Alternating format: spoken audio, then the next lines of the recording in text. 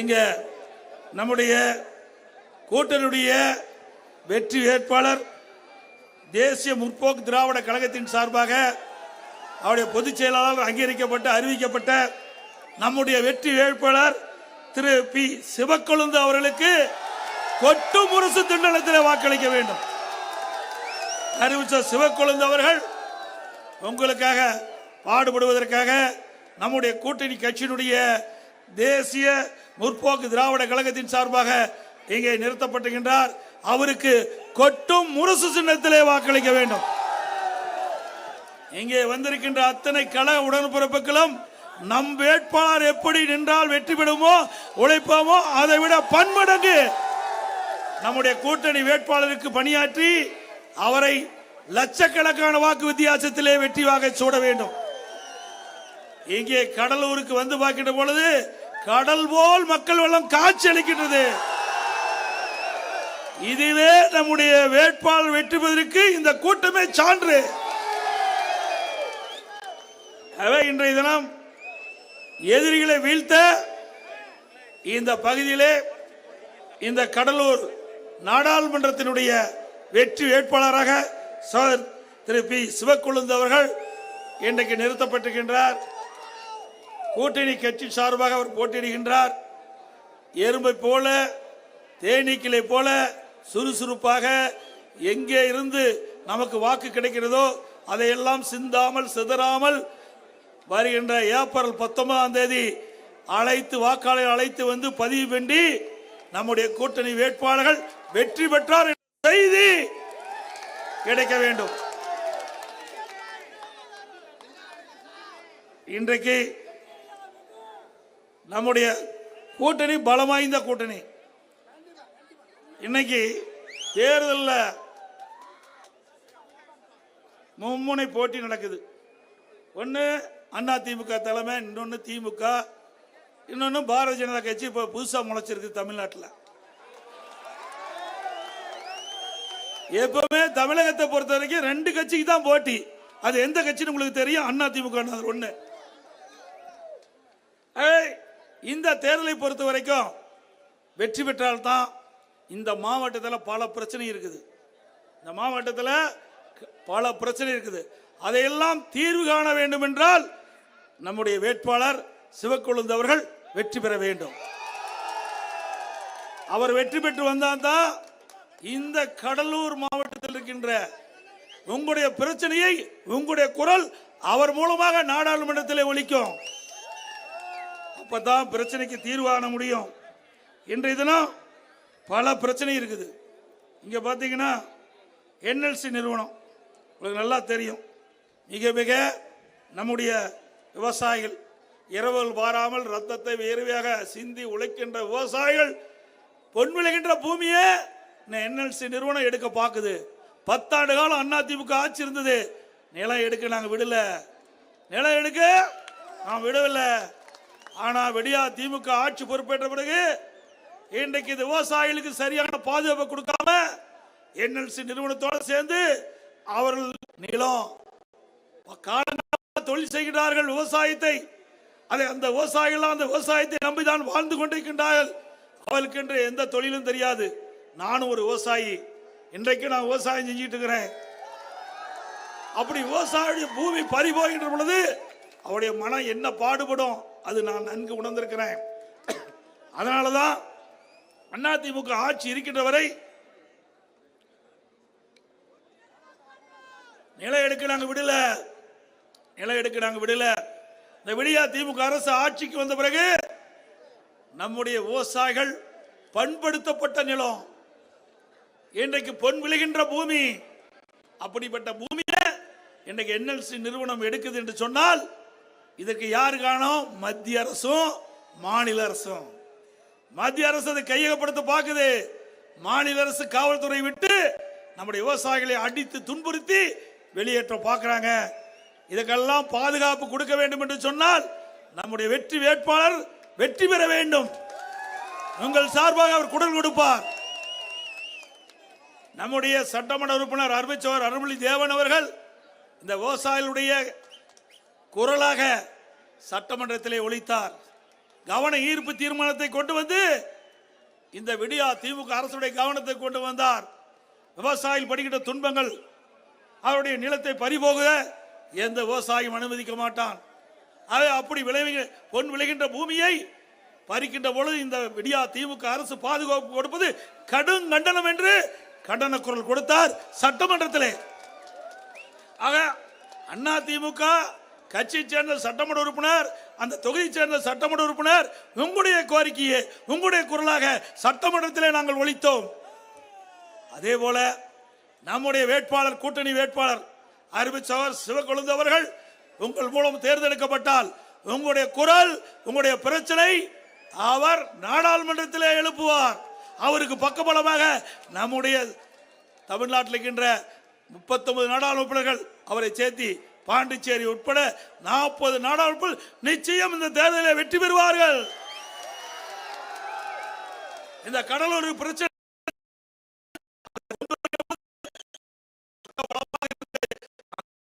நிறுவனம் பாதுகாக்க, அந்த விவசாயிகளை பாதுகாக்க இந்த தேர்தல் மிக மிக முக்கியம். இந்த தேர்தலை வெற்றி பெற்றாதான் இந்த விளைவிக்க முடியாத பூமியை காப்பாற்ற முடியும், விவசாயியை காப்பாற்ற முடியும். அதற்கு ஒரு வாய்ப்பை தாருங்கள் தாருங்கள் என்று அன்போடு இந்த நேரத்தில் கேட்டுக்கொள்ள விரும்புகிறேன். அதே போல இன்றைய தினம் இந்த பகுதியில் மீன்பிடி தொழில் அதிகமாக இருக்குது. மீனவ சமுதாய மக்கள் அதிகமாக இருக்கிறாங்க. கடல்ல போய் மீன் பிடிக்கின்ற பொழுது பல்வேறு இன்னலுக்கும் துன்பத்துக்கும் ஆளாகிறார்கள். அந்த மீனவருடைய பிரச்சனை எல்லாம் தீர்க்க வேண்டும் என்று சொன்னால் நம்முடைய வேட்பாளர் வெற்றி பெற்று நாடாளுமன்றத்துக்கு போக வேண்டும். கடல் தான் மத்திய அரசாங்கத்துக்கு உட்பட்டது. கடல்லாம் மத்திய அரசாங்கத்துக்கு உட்பட்டது, மாநில அரசாங்கத்துடைய வருவது கிடையாது. அந்த அதிகாரத்துக்கு உட்பட்டது அல்ல, மத்திய அரசுக்கு உட்பட்டது. அப்படி கடலிலே போய் மீன் பிடிக்கின்றவர்களுக்கு பாதுகாப்பு கொடுக்க வேண்டும். அவர்கள் அண்டை நாட்டை சேர்ந்தவர்கள் கைது செய்கின்றார்கள். இப்படிப்பட்ட சூழ்நிலை எல்லாம் மாற வேண்டும் என்று சொன்னால் நம்முடைய வேட்பாளர் வெற்றி பெற வேண்டும். ஆக இது மிக மிக முக்கியமான தேர்தல் என்பதை நீங்கள் உணர வேண்டும். அதே போல மத்தியிலே இன்றைக்கு தேசிய கட்சிகள் மாறி மாறி ஆட்சிக்கு வருகின்றன. ஒன்னா காங்கிரஸ் வருது, அல்லது பாரதிய ஜனதா ஆட்சிக்கு வருது. எந்த கட்சி ஆட்சிக்கு வந்தாலும் தமிழ்நாட்டை மறந்துடுறாங்க. இன்றைக்கு ஆட்சிக்கு வருவதற்கையும் நம்ம தேவைப்படுறோம், ஆட்சிக்கு வந்த பிறகு நம்ம மறந்துடுறாங்க. இதற்காகத்தான் அனைத்து இந்திய அண்ணா திராவிட முன்னேற்ற கழகம் கூட்டணியை வைக்கவில்லை. நாம் சுதந்திரமாக செயல்பட வேண்டும், நாம் சொந்த காலில் நிற்க வேண்டும், யாருக்கும் அச்சப்பட வேண்டியதில்லை. ஏனென்று சொன்னால் நம் உரிமையை காக்க வேண்டும். இதுவரை நாம் பல முறை காங்கிரஸ் கட்சிக்கு ஆதரவு கொடுத்திருக்கிறோம், பாரதிய ஜனதா கட்சிக்கு ஆதரவு கொடுத்திருக்கிறோம். ஆனால் தமிழகத்திற்கு தேவையான திட்டங்கள் அவர்களால் கொடுக்க முடியவில்லை. மாற்றாந்தாய் பிள்ளைகளை போல் பார்க்கின்றார்கள் தமிழ்நாட்டை. ஆகவேதான் அனைத்து இந்திய அண்ணா திராவிட முன்னேற்ற கழக தலைமை தமிழ்நாட்டுடைய உரிமையை காக்குவதற்கும், தமிழ்நாடு மக்களுடைய பிரச்சனைகளை தீர்க்கவும், தமிழ்நாடு வளர்ச்சி பெறவும், நிதியை பெறுவதற்கும் நாம் தனியாக நம்முடைய கூட்டணி கட்சியெல்லாம் இணைத்து பாரதிய ஜனதா கூட்டணியிலிருந்து வெளியிலே வந்து நாம் இந்த தேர்தலை சந்திக்கிறோம். இன்னைக்கு பல பேர் கேட்கிறாங்க, இதுவரைக்கும் நீங்க பாரதிய ஜனதா இருந்தீங்களே, இப்ப ஏன் வெளியே வந்துட்டீங்கன்னு கேட்கிறாங்க. நாங்க தெளிவா சொல்றோம், இன்றைக்கு ஒரு கட்சி கூட்டணி இருக்குது இல்லாததும் அந்தந்த கட்சி பொறுத்து இருக்குது. இன்னைக்கு இதே பாரதிய ஜனதா கட்சி நகர்ப்புற தேர்தல் வந்தது, அண்ணா திமுக விலகி போய் தனியா நின்னாங்க. அப்ப யாரும் கேட்கல. அனைத்து இந்திய அண்ணா திராவிட முன்னேற்ற கழகம் பாரதிய ஜனதா கூட்டணி இருக்கின்ற பொழுது, தமிழகத்திலே நகர்ப்புற தேர்தல் வருகின்ற பொழுது பாரதிய ஜனதா கட்சியை சேர்ந்த முன்னோடி தலைவர்கள் நாங்கள் கூட்டணியிலிருந்து, அண்ணா திமுக கூட்டணியிலிருந்து விலகி நகர்ப்புற தேர்தலில் நாங்கள் சந்திக்கிறோம் என்று வெளியிலே போய்விட்டார்கள். அதை போலதான் அனைத்து இந்திய அண்ணா திராவிட முன்னேற்ற கழகம் தேர்தல் வருகின்ற பொழுது சூழ்நிலைக்கு ஏற்ப நாங்களும் கூட்டணி வைப்போம். அதனாலதான் தேசிய முற்போக்கு திராவிட கழகத்து கூட்டணி சேர்ந்து இங்கே நாம் போட்டியடிக்கிறோம். எஸ்சிபிஐ, புதிய தமிழகம், இப்படி பல கட்சிகள் ஒன்றாக இணைந்து நாம் போட்டிடுறோம். நாமும் வலுவான கூட்டணி. திரு ஸ்டாலின் அவர்களே இப்ப பேசுறாரு, இன்றைய தினம் விலைவாசி உயர்ந்துட்டது, 1 கிலோ அரிசி 15 ரூபா உயர்ந்துட்டது, மளிகை சாமானம் 40% உயர்ந்துட்டது. ஸ்டாலின் கேட்கிறாரு தொலைபேசி வாயிலாக, நீங்கள்லாம் நலமானு. ஏங்க இவ்வளவு விலைவாசி உயர்ந்த போது நாம் நலமா இருக்க முடியுமா? இருக்க முடியுங்களா? ஒரு முதலமைச்சருக்கு யார் இப்படி சொல்லி கொடுத்தாருன்னே தெரியல. நம்முடைய தமிழகத்துடைய முதலமைச்சரை பொறுத்த வரைக்கும் அவர் என்ன எழுதி கொடுக்குறாங்களோ அதான் படிப்பார். அது ஒரு பொம்மை முதலமைச்சர். நம்ம வீட்டில் குழந்தைகள்லாம் இருந்தா பொம்மை வாங்கிட்டு போய் அந்த குழந்தைய வேடிக்கை பார்க்கறதுக்காக நல்லா சாவி கொடுத்து விட்டுருவோம். அந்த பொம்மை டக்கு டக்கு டக்கு டக்குன்னு கை தட்டுங்க, குழந்தை சிரிச்சுக்கிட்டு இருக்கிறோம். அப்படிதான் இந்த தமிழ்நாடு முதலமைச்சர் இந்த அதிகாரி சொல்றதை கேட்டுக்கிட்டு என்ன நாட்டில் நடக்குதுன்னே தெரியாம தமிழ்நாடு முதல் மாநிலங்கிறார். தமிழ்நாடு முதல் மாநிலமாக இருக்குதுங்களா? சூப்பர் முதலமைச்சரா? இந்தியாவில் இருக்கிற முதலமைச்சரே சூப்பர் முதலமைச்சர் தமிழ்நாடு முதலமைச்சர். ஊழல் செய்வதில் சூப்பர் முதலமைச்சர், ஊழல் செய்வதிலே சூப்பர் முதலமைச்சர், லஞ்சம் வாங்குவதிலே அந்த பல இடத்துல பல துறையில லஞ்சம் தாண்டமாடுது. லஞ்சம் இல்லாத துறையே கிடையாது. கஞ்சா விற்பனையில நாங்க சொல்ல வேண்டியதுல உங்களுக்கே எல்லாம் தெரியுது. நாடு அப்படி குட்டிச்சவரா போயிடுச்சுங்க. அதனால ஒரு மாற்றம் தேவை. இதுக்கெல்லாம் ஒரு முடிவு காண வேண்டும்னா 2026 அதிமுக ஆட்சி மலர வேண்டும். அதற்கு இந்த தேர்தல் அடித்தளம் அமைய வேணும். இந்த தேர்தல் அடித்தளம் அமர்ந்தா தான் 2026 நம்ம ஆட்சி அமைய முடியும். இந்த தேர்தல் நம்ம வெற்றி பெற்றா தான் அடுத்த வர தேர்தலில் நம்ம ஆட்சி அமைப்பதற்கு ஒரு பிள்ளையார் சொல்லி போட முடியும். அது மட்டும் இல்ல, இன்றைக்கு நிறைய அறிவிப்பு கொடுத்தார். ஒரு அறிவிப்புல 2 அறிவிப்புல 520 அறிவிப்புகளை கொடுத்தார். 560 அறிவிப்புல ஒரு 10% கூட நிறைவேற்றல. ஆனா முதலமைச்சர் என்ன சொல்றாரு? நாங்க அறிவித்த அறிவிப்புல 98% நிறைவேற்றப்பட்டதா முழு பூசணிக்காய் சோற்றில் மறைக்கிற மாதிரி பச்சை பொய்ய சொல்லுறார். பொய் பேசுவதற்கு நோபல் பரிசு கொடுக்கணும்னா ஸ்டாலினுக்கு கொடுத்தா பொருத்தமா இருக்கு. வாய் திறந்தா பொய் தான். மூட்டை மூட்டையா பொய் அவிழ்த்து விடுறார். மூட்டை மூட்டையா பொய் அவிழ்த்து விடுறார். திரு ஸ்டாலின் அவர்களே, இன்றைக்கெல்லாம் பேச பேச லைவ்ல போயிட்டு இருக்குது. யாரையும் ஏமாற்ற முடியாது. இன்றைக்கு தமிழ்நாட்டில் இருக்கிற மக்கள் அறிவுபூர்வமான மக்கள், விவரம் தெரிந்த மக்கள், நாட்டு நடப்பை தெரிந்த மக்கள்.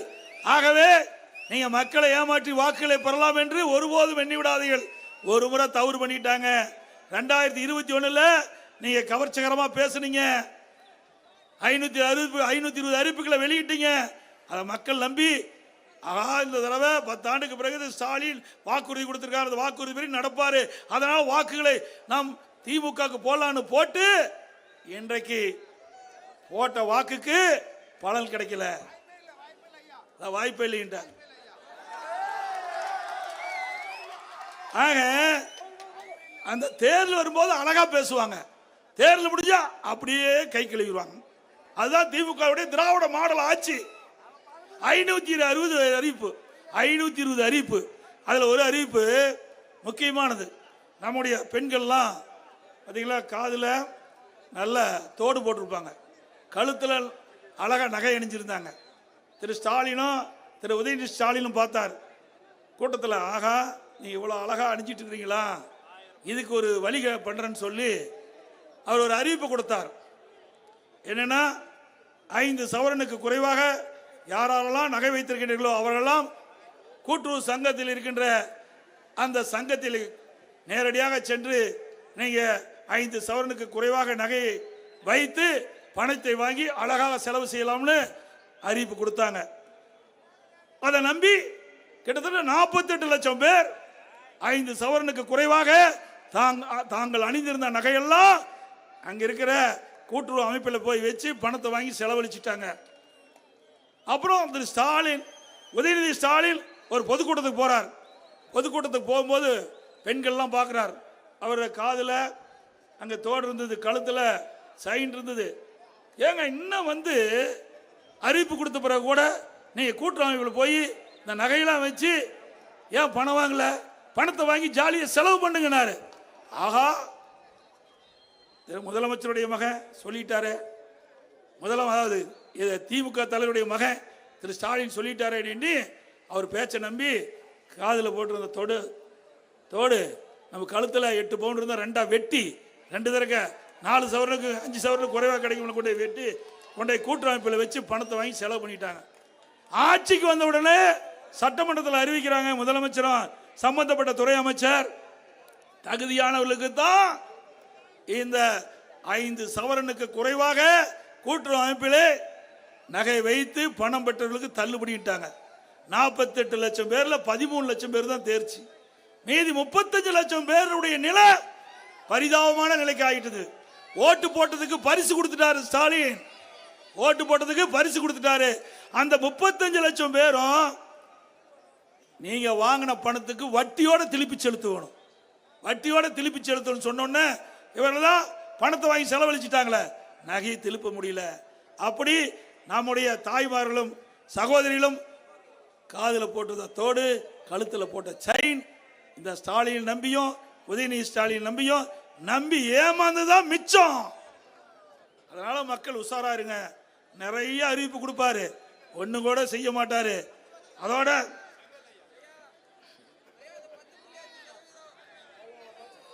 எங்க பார்த்தாலும் கள்ளச்சாராயம், கள்ளச்சாராயம் விற்ற பிறகு 10 லட்சம் ரூபாய் கொடுப்பாங்க. கள்ளச்சாராயம் விற்றா 10 லட்சம். நினைச்சு பாருங்க, இது ஒரு ஆட்சியா? ஒரு கேடுகட்ட ஆட்சி இல்ல, மோசமான ஆட்சி இல்ல. சாராய ஆட்சி இருந்தா 10 லட்சம் கொடுக்கிற ஒரே அரசாங்கம் திரு ஸ்டாலின் அரசாங்கம் ஒண்ணுதான். எங்க பார்த்தாலும் போதைப் பொருள், போதைப் பொருள் இல்லாத பகுதியே கிடையாது. கஞ்சா விற்காத இடமே இல்லை, எல்லா பகுதியிலும் கஞ்சா விற்கிறாங்க. நாம் பெற்றெடுத்த பிள்ளைகள் நம் கண் முன்னே போதைக்கு அடிமையாகி சீரழியக்கூடிய காட்சி தமிழகத்தில் தான் பார்க்க முடியும். தமிழ்நாடு ஒரு போதைப் பொருள் மாநிலமா மாறி போச்சு.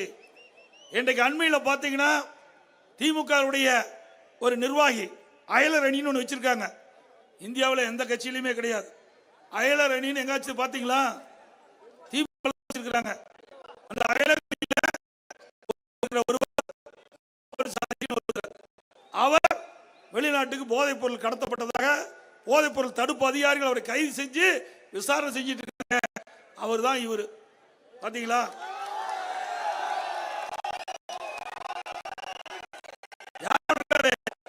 போதைப் பொருள் வெளிநாட்டுக்கு கடத்தப்பட்டோட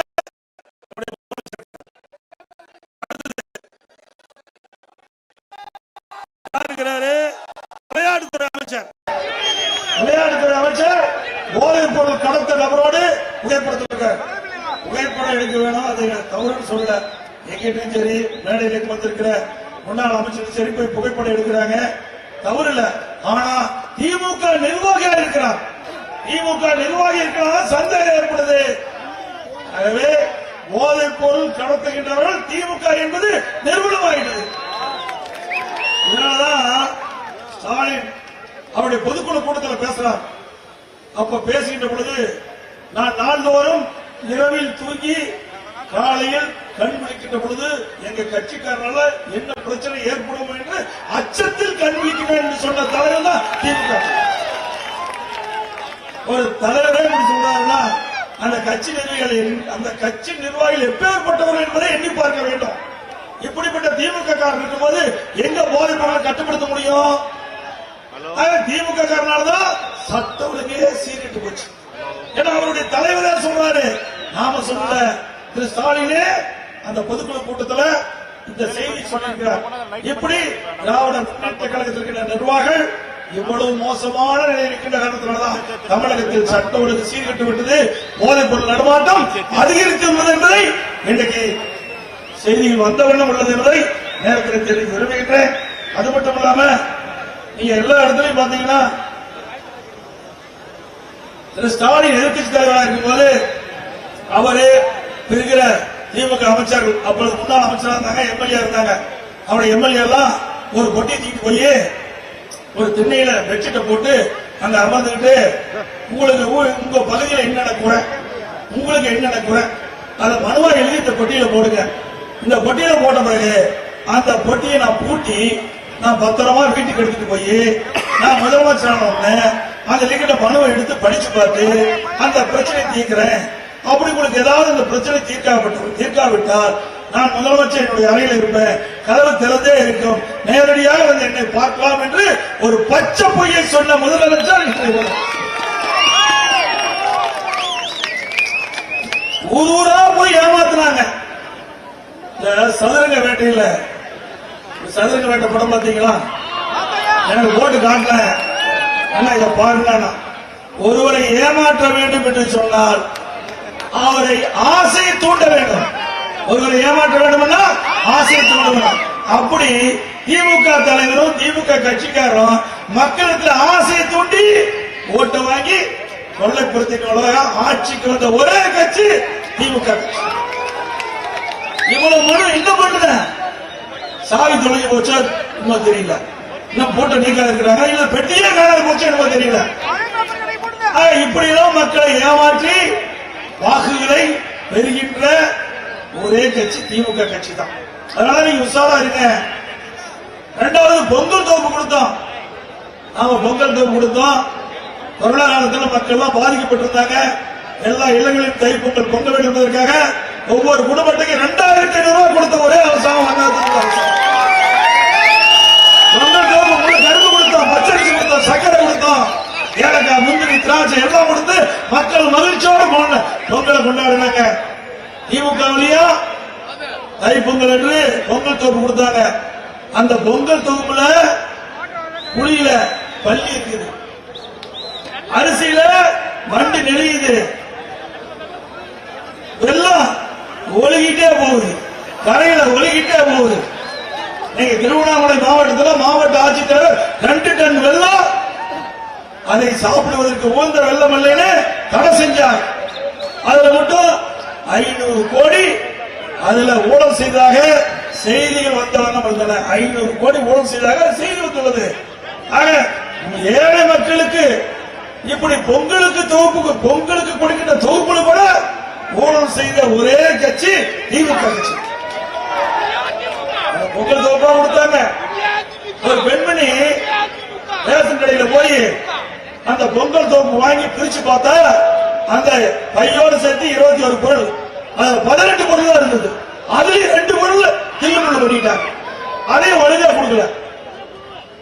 அதோட அந்த வெள்ளத்தை தூக்கிட்டு போறாங்க, ஒடுத்துக்கிட்டே போகுது.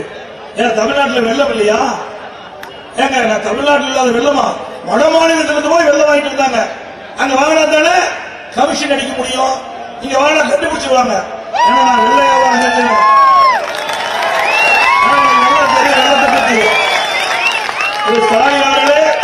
மக்களுக்கு கொடுக்கிற வெள்ளத்தை கூட அதுலயே கமிஷன் வாங்கின கட்சி தான் திமுக கட்சி.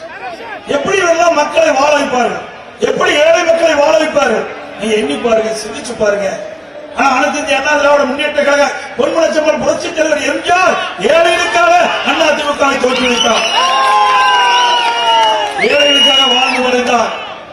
அவர் மறைவுக்கு பிறகு புரட்சி தலைவர் அம்மா அவர்கள் பொன்முனச்செம்மல் என்னென்ன கனவு கண்டாரோ அந்த கனவை நனவாக்குவதற்காக தன் வாழ்நாள் முழுவதும் மக்களுக்கு உழைத்து மறைந்த தலைவர் புரட்சி தலைவர் எம்ஜிஆர்.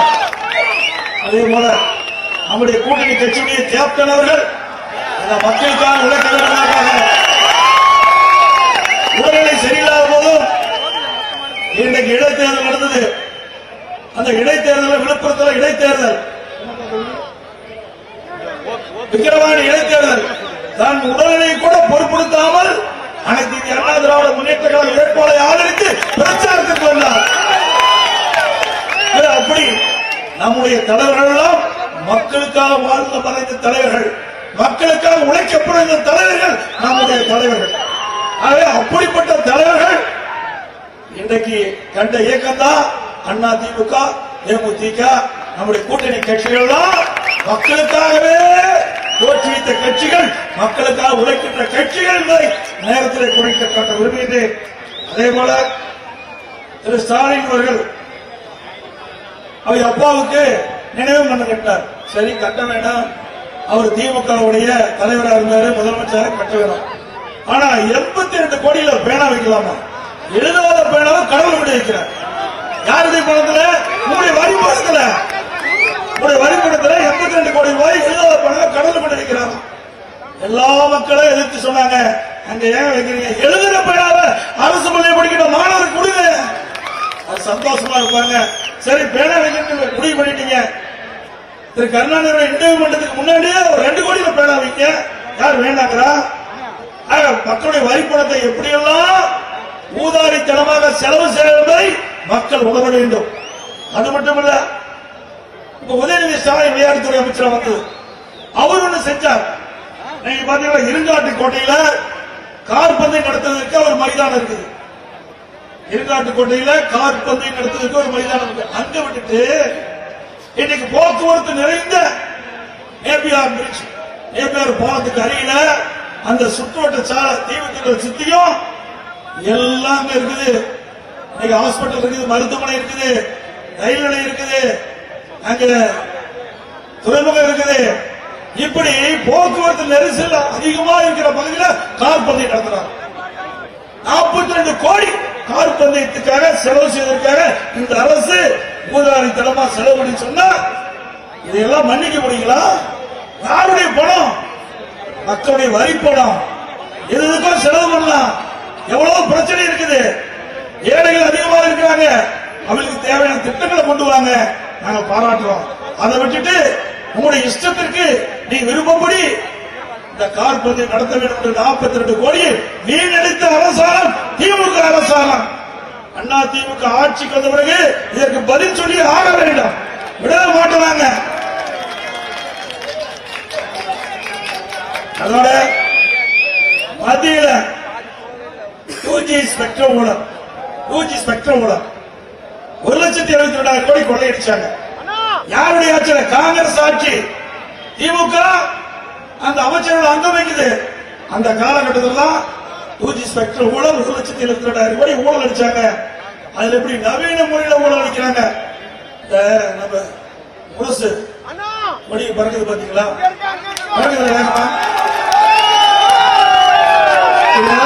தெரியுதா? இந்த எதனால பறக்குது சொல்லுங்க. எதனால பறக்குதுங்க?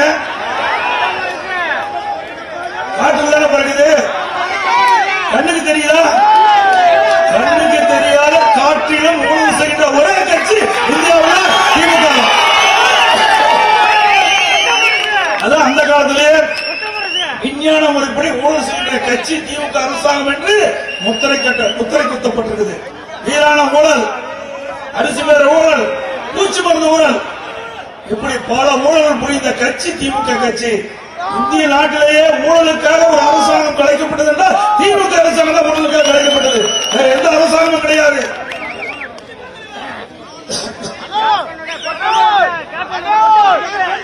அதோட இங்க வேளாண்மை துறை அமைச்சர் இருக்கார். இந்த வேளாண்மை துறை அமைச்சர் வேளாண் பட்ஜெட்டை தாக்கல் பண்ணாரு. ஒண்ணுமே இல்லைங்க. மானிய கோரிக்கை என்னென்ன இருக்குதோ அதை அப்படியே படிச்சுட்டு விவசாயிகளை ஏமாற்றுவதற்காக வேளாண் பட்ஜெட் ஒரு பட்ஜெட்டை தூக்கி அவர் 1 மணி நேரம் 2 மணி நேரம் பேசுறாரு. 2 மணி நேரம் பேசி பார்த்தா ஊதிக்கு தான் கிடைக்கும். ஒண்ணுமே இல்ல. அதுல 2 மணி நேரம் வீணானதான் மிச்சம். இதான் வேளாண்மை பட்ஜெட். இன்னைக்கு திராவிட முன்னேற்ற கழக தேர்தல் அறிக்கையில 2021 குறிப்பிட்டாங்க. திராவிட முன்னேற்ற கழக ஆட்சிக்கு வந்தா 1 குவிண்டால் நெல்லுக்கு 2,500 ரூபாய் கொடுக்கறாங்க. கொடுத்தாங்களா? இன்னைக்கு கரும்புக்கு ஆதார விலை 1 டன்னுக்கு 4,000 ரூபாய் கொடுக்கறாங்க. கொடுத்தாங்களா? எல்லாமே பொய்யத்தான் மூலதனமா கொண்டு மக்களை ஏமாற்றி ஆட்சிக்கு வந்த அரசாங்கம் விடியா திமுக அரசு. அதோட இந்த தினம்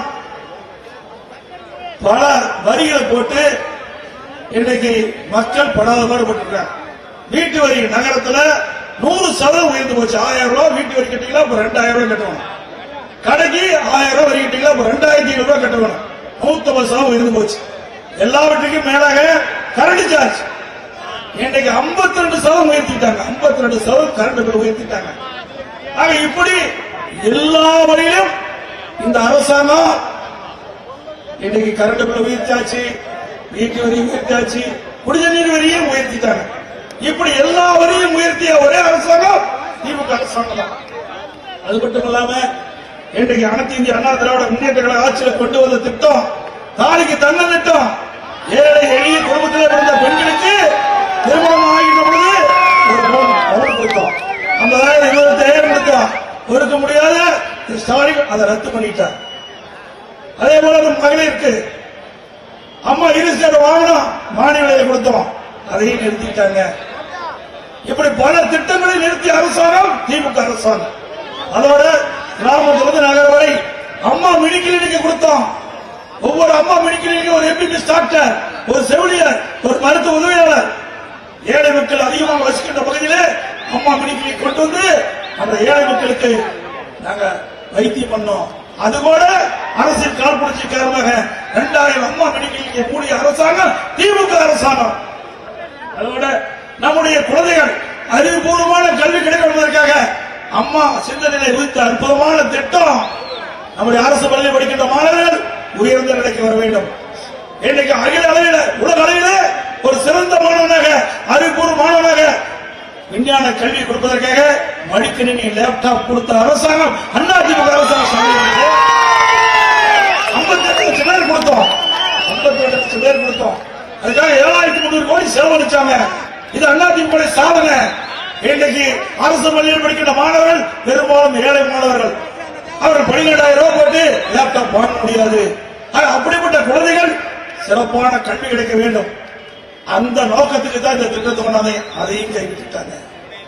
அதே அனைத்து இந்திய அண்ணா திராவிட முன்னேற்ற கழக ஆட்சியில அரசு பள்ளியில் படிக்கின்ற மாணவர்களுக்கு 7.5% உள் இடஒதுக்கீடை கொண்டு வந்து சட்டம் இயற்றப்பட்டு இன்றைக்கு அரசு பள்ளியில் படித்த மாணவர்கள் டாக்டரா படிச்சிட்டு இருக்காங்க, பல் மருத்துவரா படிச்சிட்டு இருக்காங்க.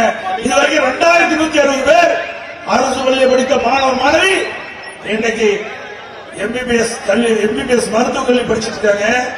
இதான் சாதனை. இதான் ஏழை மக்களுக்கு கிடைக்கின்ற நன்மை. இது அதிமுக கட்சியினால தான் முடியும். அதிமுக அரசாங்கம் முடியும். அதோட 7.5% இடஒதுக்கீட்டில் இடம் கிடைத்த மாணவ மாணவி ஏழை குடும்பத்தை சேர்ந்தவர்கள், கூலி தொழிலாளி, நெசவு தொழிலாளி, மூட்டை தூக்கும் தொழிலாளி, இப்படி தொழிலாளியுடைய குழந்தைகள் இந்த 7.5% உள் இடஒதுக்கீட்டில் இடம் கிடைத்தாலும் மருத்துவ கல்வி கட்டண முடியவில்லை என்ற ஏக்க நிலை இருந்த போது என்னுடைய கவனத்துக்கு வந்தவுடன் நான் சட்ட வழிமுறை ஆலோசித்து உடனடியாக 7.5% உள் இடஒதுக்கீட்டில் இடம் கிடைத்த அந்த மாணவர்களுக்கும் அரசாங்கமே கல்வி கட்டணம் செலுத்தும். மருத்துவ கல்வி கட்டணம் எந்த ஆட்சியில் இருந்ததுங்க? பொன்மனச்செம்மல் புரட்சித் தலைவர் எம்ஜிஆர் ஏழைகளுக்காக இந்த கட்சி தூக்கினார். புரட்சித் தலைவி அம்மா இந்த ஏழைகளுக்கு பல்வேறு திட்டங்களை கொண்டு வந்து ஏழைகளை தூக்கிவிட்டார். இன்றைக்கு இந்தியாவிலேயே முதல் மாநிலம் என்று சொன்னார் அதுக்கு அனைத்து இந்திய அண்ணா திராவிட முன்னேற்ற கழக அரசாங்கம் தான். இன்றைக்கு இந்தியாவிலேயே கல்வியிலே முதல் மாநிலம். ஸ்டாலின் அவர்களே, நீங்க பல இடத்துல சொன்னீங்க அதிமுக 10 ஆண்டு கால ஆட்சி இருண்டாட்சின்னு சொன்னீங்க. இதுவா இருண்டாட்சி? அதிமுக ஆட்சி ஒரு பொற்கால ஆட்சி. அதிமுக ஆட்சியில ஒரே ஆண்டில் 11 மருத்துவக் கல்லூரி கொடுத்தோம். 11 மருத்துவக் கல்லூரி, 6 சட்டக் கல்லூரி, கலை மற்றும் அறிவியல் கல்லூரி, பொறியியல் கல்லூரி, கால்நடை பூங்கா, கால்நடை மருத்துவக் கல்லூரி, ஆராய்ச்சி நிலையம், வேளாண்மை கல்லூரி, இப்படி என்று அதிகமான கல்லூரிகளை திறந்து ஏழை எளிய ஒடுக்கப்பட்ட நசுக்கப்பட்ட கடைக்கோட்டையில் வசிக்கின்ற அந்த அடித்தட்டில் வாழ்கின்ற மாணவர்களை கூட குறைந்த கட்டணத்திலே உயர்கல்வி படிக்கக்கூடிய சூழ்நிலை நாங்கள் உருவாக்கி கொடுத்தோம். 2019-20 அனைத்து இந்திய அண்ணா திராவிட முன்னேற்ற கழக அரசு இருக்கின்ற பொழுது உயர்கல்வி படிப்பதிலே இந்தியாவிலே முதல் மாநிலம் ஸ்டாலின் அவர்களே. இந்த சாதனைகள் அதிமுக தான் சாரும். அதிமுக அரசு இருக்கின்ற பொழுது பல்வேறு துறைகளிலே அகில இந்திய அளவிலே நாங்க அந்த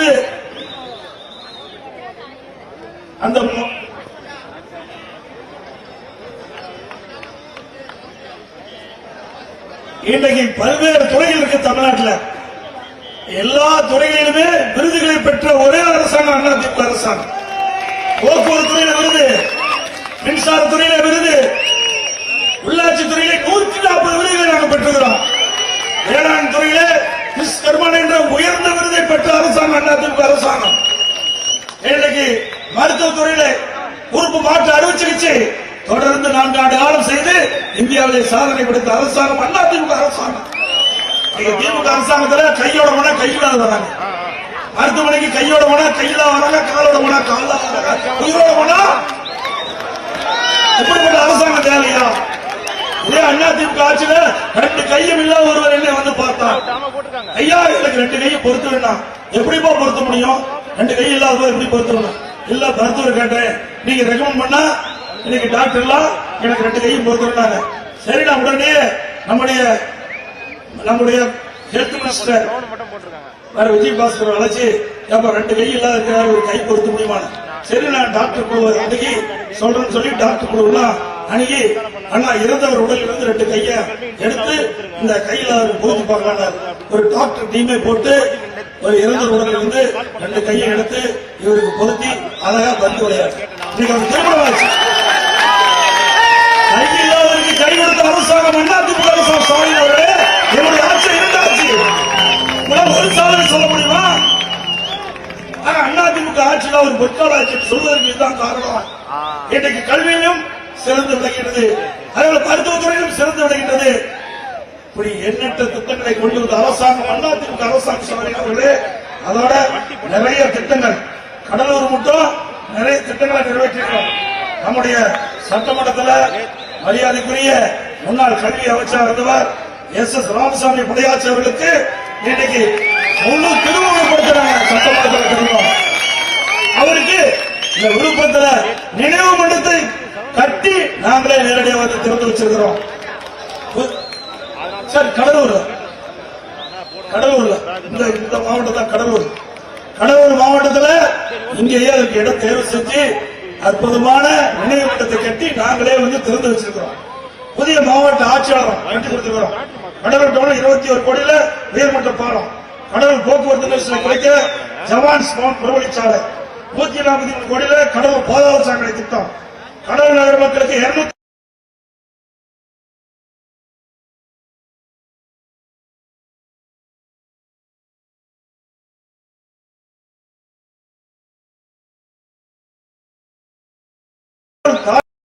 13 கோடியில தூண்டி நுழைவு, வெள்ள நீர் கடலில் கலக்கும் வகையில 450 கோடி மதிப்புள்ள ஆதரவு குமாரமல கதவணை அதிமுக ஆட்சியில் கட்டப்பட்டது. பண்ருட்டி காட்டான்குடி குப்பத்தில் முந்திரி ஏற்றுமதி மண்டலம் 17 கோடி ரூபாயில செயல்படுத்தப்பட்டுள்ளது. குடிமண்டல திட்டங்கள 29 கோடி கொடுத்தோம். இன்னைக்கு ஏழை குளம் குட்டை எல்லாம் தூர்வாரி அரசாங்கம் அதிமுக அரசாங்கம். கடலூர் அரசு மருத்துவமனை 17 கோடியில பகப்பேறு மருத்துவமனை அமைக்கப்பட்டது. கீழ்பரவநாட்டில் ஏற்படும் வெள்ளச்சாயத்தை தடுக்க அருவாள்மூக்கு பகுதியில் 60 கோடியில தடுப்பணை கட்டும் பணி மேற்கொள்ளப்பட்டு நடவடிக்கை எடுக்கப்பட்டது. இப்படி பல திட்டங்களை அதிமுக ஆட்சியில் கொண்டு வரப்பட்டது. ஆகவே வருகின்ற நாடாளுமன்ற தேர்தலில் நம்முடைய வெற்றி வேட்பாளர் அறிவிச்சவர் சிவக்குழந்தை அவர்களுக்கு ஒட்டு முரசு சின்னத்தில் வாக்களித்து வாக்காளர்களை சந்தித்து வாக்குகளை சேகரித்து சிந்தாமல் அனைத்து வாக்குகளும் ஒட்டு முரசுக்கு விட நீங்கள் பாடுபட வேண்டும் என்று கேட்டு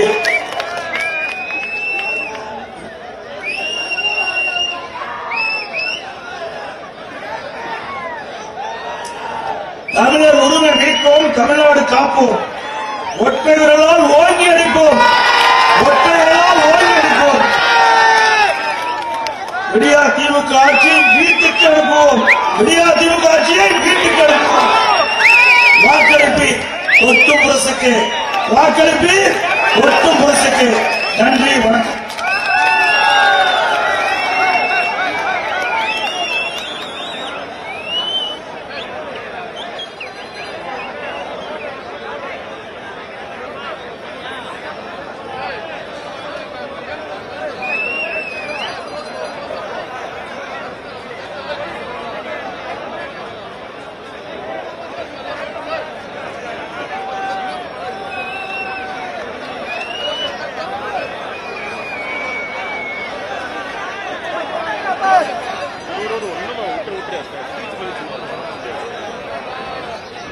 போலையா ஆனாமா